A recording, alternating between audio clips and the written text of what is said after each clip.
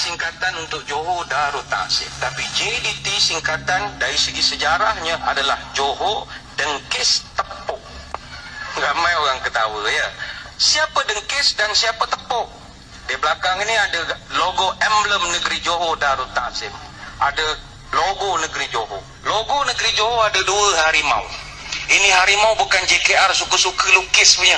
Harimau yang kiri namanya Dengkis. Harimau yang kanan namanya Tepuk. Tepuk itu tempang, kakinya ada 3. Nanti balik, tengok yang di sebelah kanan, ada 3 saja jarinya. Itu bukan JKR saja lukis tu, ada sebab. Kenapakah negeri Johor emblemnya gambar harimau? Ini yang dipanggil harimau selatan. Yang ingin saya perbetulkan persepsi, maruah negeri Johor Darul Ta'zim bukan terletak pada sebuah bola, tapi sejarah bangsanya yang begitu hebat sekali. Rupa-rupanya negeri Johor Darul Ta'zim tidak pernah dijajah oleh mana-mana kuasa.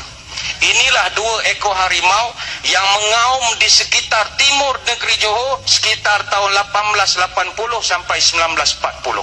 Bahkan kata orang tua-tua di Kota Tinggi masih ada lagi harimau itu. Siapa yang berani pergilah cari.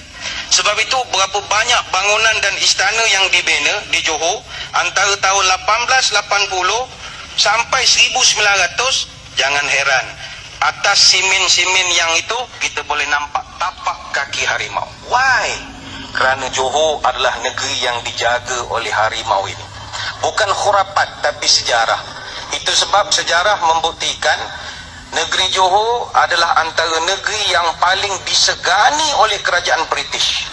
Bayangkan almarhum Sultan Sir Abu Bakar Ibni almarhum Temenggung Daing Ibrahim Seri Maharaja Johor adalah Raja Melayu pertama di tanah Melayu ini yang berani berangkat ke England pada 22 Mac 1866. Tahun 1800 negeri Pahang masih perang saudara. Tapi Sultan Johor dia boleh berangkat pergi tahun 1800.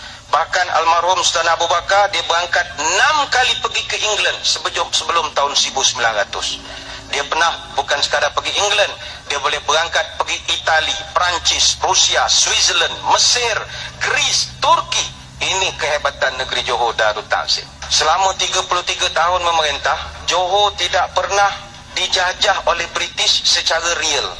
Itu sebab Johor adalah negeri Melayu terakhir dalam Persekutuan Tanah Melayu yang terima penasihat British paling akhir tahun 1910. Maka kekal Johor sebagai negeri Melayu tak bersekutu. Walaupun kita dengan Pahang berjiran, mas kahwinnya sama RM22.50. Tapi kerana tidak pernah dijajah oleh British, tuan-tuan kekal Jumaat cuti, Ahad kerja. Apa sebab? Sejarah bangsanya. Ketika Jepun datang, diceritakan juga ketika Jepun datang daripada Singapura, ada satu Jeneral Jepun, orang panggil dia Harimau Malaya, atau nama betulnya Jeneral Tomoyuki Yamashita, yang merupakan Jeneral Ketumbukan ke-25 Tentera Imperial Jepun. Ketika dari Singapura dia datang ke Johor Bahru, dia masuk ke Istana Tuanku. Semasa itu yang memerintah almarhum Sultan Ibrahim Al-Mashhur Ibni almarhum Sultan Sir Abu Bakar. Dia beritahu dia mau jajah negeri Johor. Apa almarhum Sultan Ibrahim buat?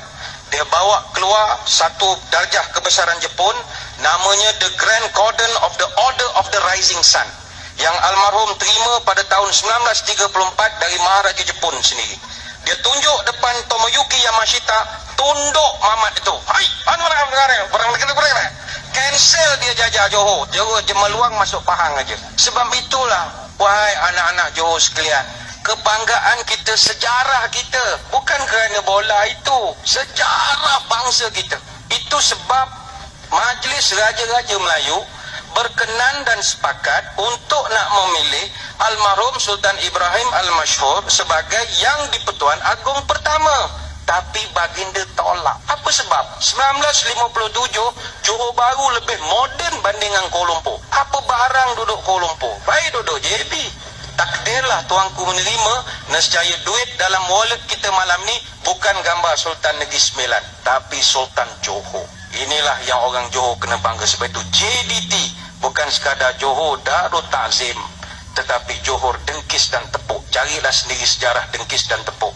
Tanyalah kepada orang tua-tua ini. Harimau selalu